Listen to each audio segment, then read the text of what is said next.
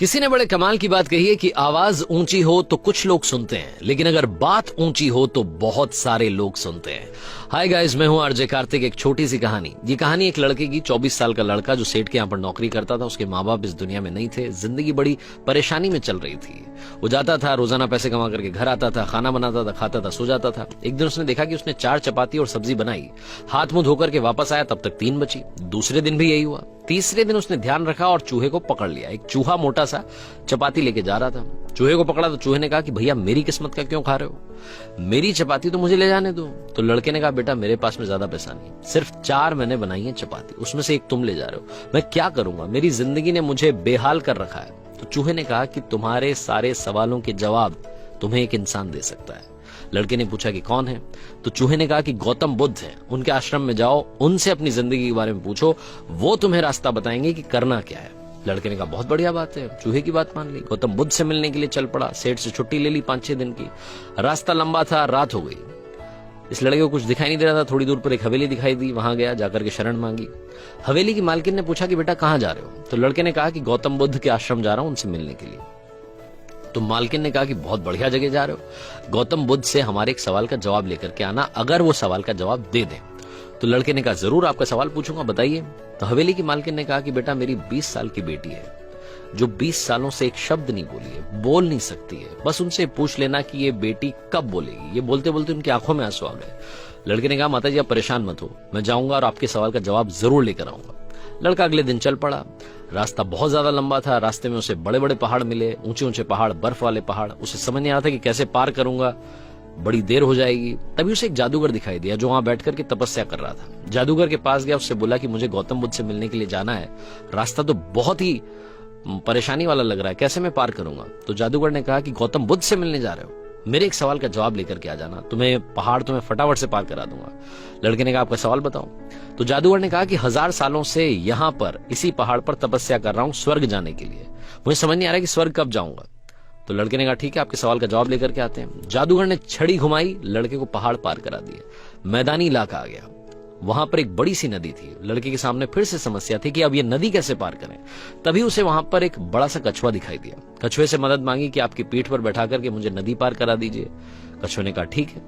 जब नदी पार कर रहे थे तो कछुए ने पूछा कि कहां जा रहे हो? तो लड़के ने कहा गौतम बुद्ध से मिलने जा रहा हूं। कछुए ने कहा वाह यार, बड़ी अच्छी जगह जा रहे हो, एक काम करना मेरे सवाल का जवाब ले आना। तो लड़के ने कहा कि आपका भी सवाल बताइए। तो कछुए ने अपना सवाल बताया कि मैं बड़े टाइम से 500 सालों से इसी नदी में हूं और ड्रैगन बनने की कोशिश कर रहा हूं, ड्रैगन कब बनूंगा ये बस पूछ करके आ जाना। लड़के ने कहा ठीक है। लड़का पहुंचा आश्रम में, गौतम बुद्ध के पास। प्रवचन चल रहा था, प्रवचन खत्म हुआ। गौतम बुद्ध ने कहा कि हर कोई मुझसे सवाल पूछ सकता है, लेकिन सिर्फ 3 सवालों के जवाब दिए जाएंगे। अब लड़के के सामने समस्या थी कि किसके सवाल को ड्रॉप करें, किसका सवाल छोड़ें और किसका पूछें। लड़के ने सोचना शुरू किया। सबसे पहले हवेली की मालकिन नजर में आई, ध्यान में आई, तो उसे लगा कि वो तो अपनी बेटी का इलाज कराना चाह रही है, उनकी बेटी बोल नहीं रही है, उनकी आंखों में आंसू थे, उनका सवाल पूछना जरूरी है। दूसरी जो तस्वीर उसके दिमाग में आई, नजर में आई, वो आई जादूगर की। जादूगर 1000 साल से वहां तपस्या कर रहा है बर्फ के पहाड़ में। तीसरी तस्वीर आई कछुए की, जो 500 साल से नदी में ड्रैगन बनना चाह रहा है। फिर लड़के को अपनी तस्वीर नजर आई, जो सेठ के यहाँ पर एक लड़का नौकरी कर रहा है। लड़के ने सोचा कि मैं तो नौकरी कर ही रहा हूँ, खाना खा ही रहा हूँ, ठीक चल ही रहा है, थोड़ी और मेहनत करूंगा, कुछ बदलूंगा। इन 3 लोगों की जिंदगी में बदलाव लाना जरूरी है, इन 3 के सवाल पूछने जरूरी है। लड़के ने गौतम बुद्ध से तीनों के सवाल पूछे।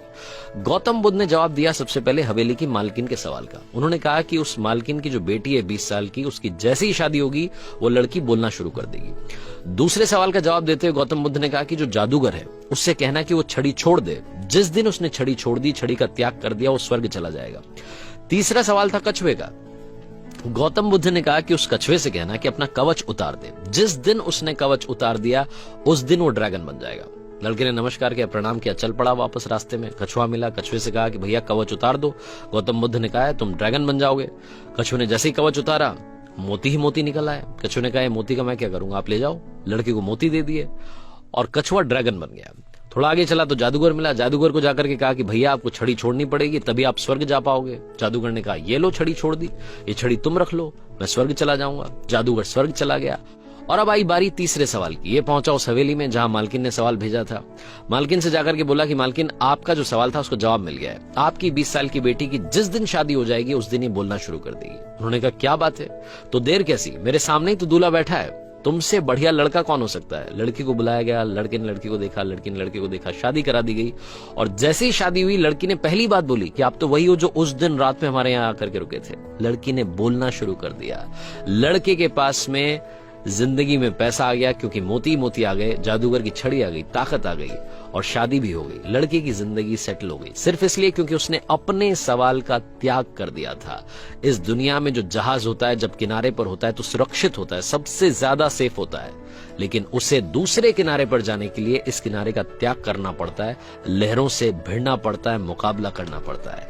इस लड़के ने जब तक अपना सवाल नहीं छोड़ा था, इसको जवाब नहीं मिले थे। ये छोटी सी कहानी लाइफ में बहुत बड़ी बात सिखाती है। अगर आप कुछ कमाल करना चाहते हैं तो त्याग कीजिए उन बुरी आदतों का, आलस्य का। सुबह जल्दी उठना शुरू कीजिए, अपनी लाइफ में जो बैड हैबिट्स है उन्हें हटाइए, तभी जाकर के आप कमाल कर पाएंगे। आरजे कार्तिक एक बार फिर आपसे कहेगा, कर दिखाइए कुछ ऐसा कि दुनिया करना चाहे आपके जैसा। हर सोमवार सुबह 9:30 बजे मेरे चैनल पर देखिए एक नई कहानी।